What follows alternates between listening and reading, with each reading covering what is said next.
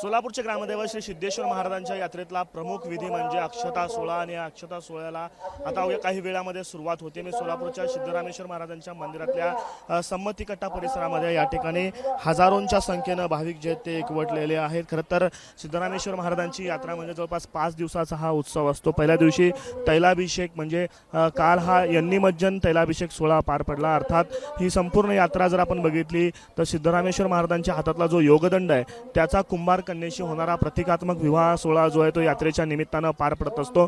आणि याच यात्रेतल्या काल तैलाभिषेकाचा कार्यक्रम झाल्यानंतर आज अक्षता सोहळा जो आहे तो आपण या ठिकाणी पार पडताना पाहायला मिळतो। सिद्धेश्वर मंदिरा परिसरात असलेल्या संमती कट्टा या ठिकाणी परंपरेप्रमाणे अक्षता सोहळा जो आहे तो पार पडत असतो आणि दरवर्षी लाखोंच्या संख्येनं भाविक जे आहेत केवळ महाराष्ट्रच नाही तर महाराष्ट्र, कर्नाटक, आंध्र प्रदेश अशा वेगवेगळ्या राज्यातून सोलापूरमध्ये येत असतात आणि तितक्याच संख्येनं भाविक यंदाच्या वर्षी देखील आपल्याला पाहायला मिळत आहेत। जिथे जागा मिळेल तिथे सर्व भाविक जे आहेत ते आपल्याला बसलेले पाहायला मिळत आहेत। तर या यात्रेमध्ये बाराबंदी हा जो वेशाख आहे याला प्रचंड असं महत्त्व आहे। पांढऱ्या शुभ्र वेशाख परिधान केलेले बाराबंदी घातलेले सगळे भाविक जे आहेत ते मंदिर परिसरामध्ये आपल्याला पाहायला मिळत आहेत। माजी केंद्रीय गृहमंत्री सुशीलकुमार शिंदे असतील, काँग्रेसचे खासदार प्रणिती शिंदे असतील, हे संपूर्ण परिवारासह यात्रेला दरवर्षी उपस्थित असतात। त्यांची देखील उपस्थिती या यात्रेमध्ये आपल्याला पाहायला मिळते। तर भाजपचे आमदार असलेले विजयकुमार देशमुख हे स्वतः या यात्रेमध्ये एक मानकरी आहेत आणि ते देखील आपल्याला या मानकऱ्यामध्ये पाहायला मिळते। खरं तर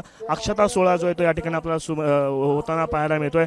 अक्षता सोहळ्याचं जर आपण स्वरूप बघितलं तर मानाचे जे 7ही नंदीध्वज आहेत ते मानकरी असलेल्या हिऱ्याबू यांच्या वाड्यातून सकाळी मिरवणुकीद्वारे निघत येतात आणि ठिकठिकाणी शहरामध्ये या सगळ्या नंदीध्वजाचं स्वागत केलं जातं। खरं तर समतेची प्रतीक म्हणून ही यात्रा ओळखली जाते। मानाचे जे 7ही नंदीध्वज आहेत ते वेगवेगळे समाज असतील, समाजाच्या लोकांना त्याचा मान आहे हा नंदीध्वज धरण्याचा आणि हे नंदीध्वज उचलून सगळे मानाचे सिद्धेश्वर मंदिर परिसरात असलेल्या संमती कट्ट्याजवळ हे 7ही नंदीध्वज जे आहेत ते या ठिकाणी आलेले आहेत आणि आल्यानंतर मंदिर परिसरातल्या भागामध्ये सुगडी पूजन जे आहे ते सिद्धरामेश्वर महाराजांच्या हातातल्या योगदंडाच्या साक्षीनं पार पडतं। काशी पीठाचे जगद्गुरू असलेले मल्लिकार्जुन शिवाचार्य यांच्या उपस्थितीमध्ये सुगडी पूजन पार पडलेलं आहे आणि त्यानंतर आता अक्षता सोहळा जो आहे तो या ठिकाणी पार पडताना आपल्याला पाहायला मिळतोय।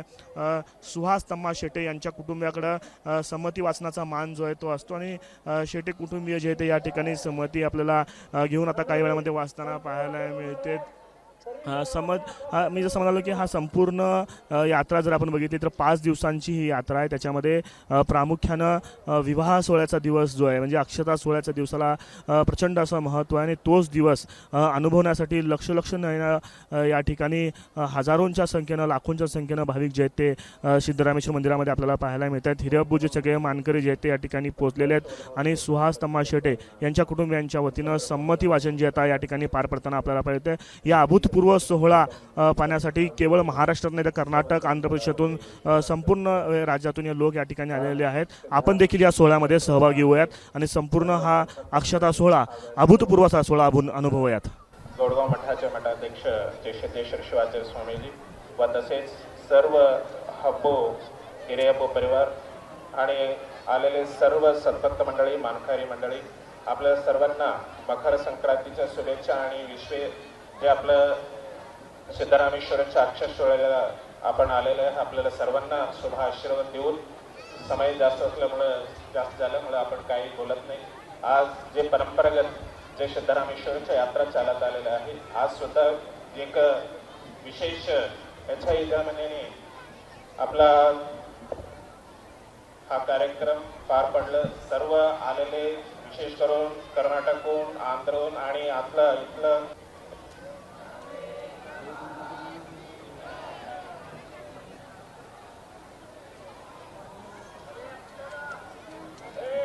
अक्षरा पडत आहे, वाचन होत आहे।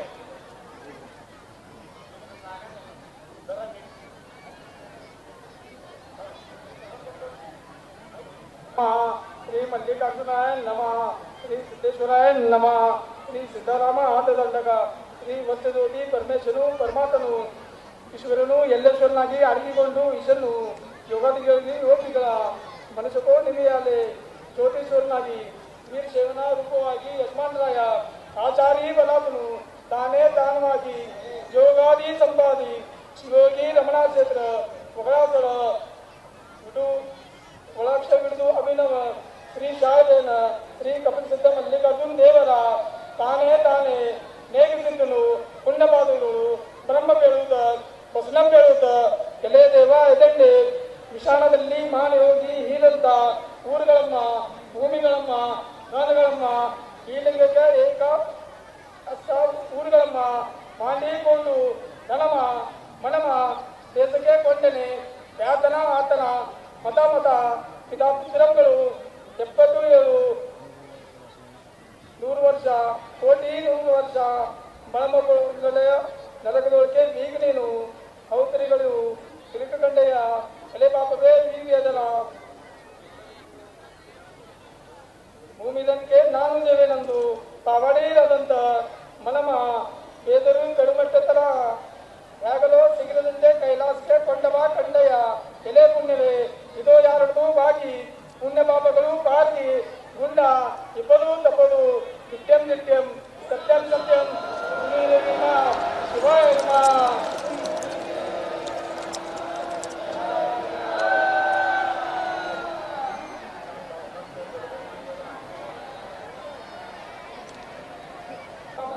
ದೇವಶ ಶ್ರೀನಂದರೇ ಪುಗಳ ಸಂಹಾರ ರುದ್ರ ಅವತಾರ ಭೂಮಿ ಎದರಿಗೆ ಓಂನಳ ನಳಮ ಪವನ್ ಉದರ ವಿಜಯ ಸ್ವರೂಪ ಜನ್ಮನ ಕ್ಷೇತ್ರಮಣಿ ಸುಂದರಮನ ಶ್ರೀಮಾತ್ಮರ ಕೂಟಮಣಿ ಚರ್ಣ ಕಾಮವೈ ಉದಯ ಸಹಸ್ರಕರ್ಣ ಸಕಳೆ ಹೋಗಿ ಚಂಚಲ್ ಗೋರಿ ಚಂದ್ರಿಕಾ ಪ್ರಬಲ ಬಹುಜನ ಭಯ ಪ್ರಬಲ ಸುರೀಂದ್ರರತ್ನಿ ರವಿಜಳ ಅಗ್ನಿಚಂದ್ರ ತೇಜ ಪವನ ಗಂಗಾ ಜಗಾಗ್ರೀಲ ಪವನ ಬದಿಲ ಕಂಡನೇಶ್ವರ ಉದುರುಬನ ಜಯ ಕಜರ ಗರುಡ ಸಹಭಾವಿ ರಾಮ ಕರುಪಾಲ ಸುಗಂಧ ಸಬತ್ ತುರಿತ ರಾಮ ಧಾಮ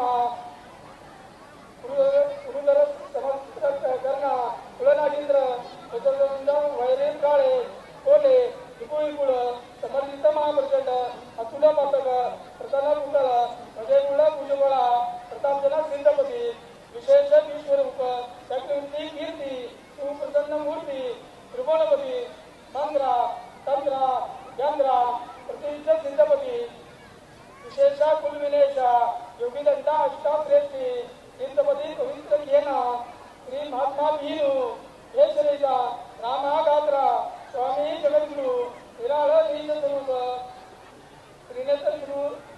ತ್ರಿನೇತ್ರ ಮೂಲ ಕಿರೀಟಮಣಿ ಪ್ರಕರಣಕರ್ಣ ಸಮುದ್ರ ರುದ್ರ ಭದ್ರ ಭದ್ರ ಬಂದೇನವ ಪ್ರಾರ್ಥಮಿಸಿ ದೇವಾಲಯ ಗಂಗಾನಾಥರ ವಿಕಲ ವಿಶ್ವನಾಥ ಪದರು ಕನಲಾಗಿರಿ ಮಹಾಸಿದ್ಧಪತಿ ನಿತ್ಯಂ ನಿತ್ಯಂ ಸತ್ಯಂ ಸತ್ಯಂ ಸತ್ಯನಾನಂದೇ ಶಿವಾಯ ನಮಃ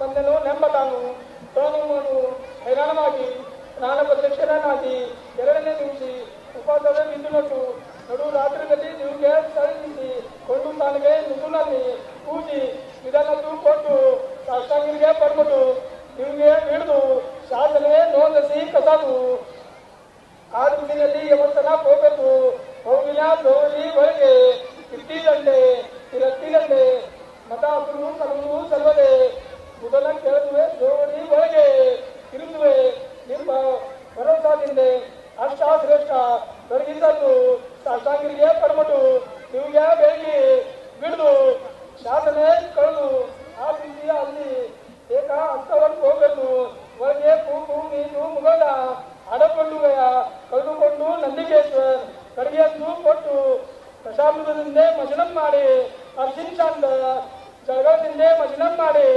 ಗಂಧಾಕ್ಷರ ಪುಷ್ಪಗಳನ್ನೇ ಪೂಜಿಸಿ ಕಡೆಯನ್ನು ಅಷ್ಟಗಿರಿಗೆ ಕಳ್ಕೊಂಡು ಕಡೆಯನ್ನು ಕಳೆದುಕೊಂಡು ಹೋಗಿ ನಿತ್ಯಂ ನಿತ್ಯಂ ಸತ್ಯಂ ಸತ್ಯಂ ಶಿವಾಯ ನಮಃ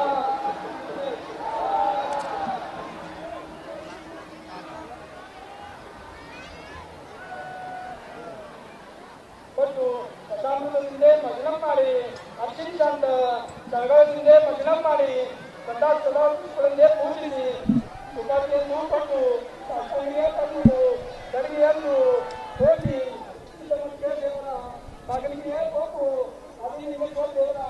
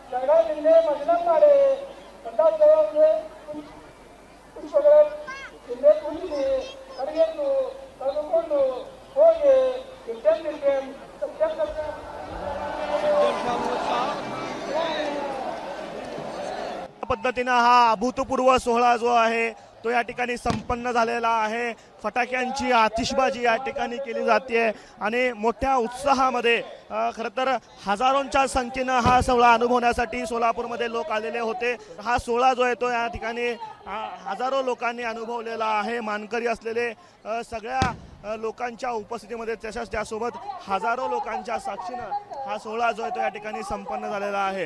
खरं तर सिद्धरामेश्वरांच्या या यात्रेला जवळपास 900 वर्षांची परंपरा आहे आणि या 900 वर्षांच्या परंपरेचा यात्रेचा स्वरूप जे आहे ते अनुभवण्यासाठी सगळे सोलापूरकर असतील किंवा सोलापूरच्या बाहेरील महाराष्ट्र, कर्नाटक, आंध्र यासह वेगवेगळ्या राज्यातील नागरिक जे आहेत ते सोलापूरमध्ये येत असतात। माजी केंद्रीय गृहमंत्री सुशील कुमार शिंदे असतील, सोलापूरच्या खासदार प्रणिती शिंदे असतील, हे देखील या ठिकाणी हा सोहळा अनुभवण्यासाठी दरवर्षी येत असतात। याही वर्षी जे आहेत ते सुशील कुमार शिंदे आपल्या संपूर्ण परिवारासह या ठिकाणी आपल्याला आलेल्या पाहायला मिळत आहे। सोबतच जिल्ह्यातले जे सगळे प्रशासकीय अधिकारी आहेत ते देखील हा संपूर्ण सोहळा अनुभवण्यासाठी दरवर्षी येत असतात। ते सगळे या ठिकाणी आलेले आहेत।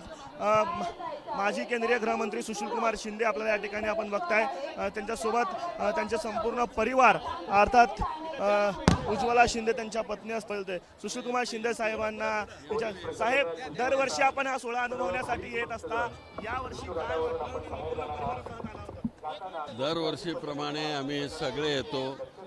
खासदार प्रणिती शिंदे पण आले, त्यांची आई आलेली आहे, माझी पत्नी आणि सगळे कार्यकर्ते आम्ही इथं आलेलो आहोत। दरवर्षीप्रमाणे सिद्धरामेश्वराच्या या अक्षतेच्या कार्यक्रमाला आम्ही हजर राहणं आमचा आनंदाचा क्षण आहे।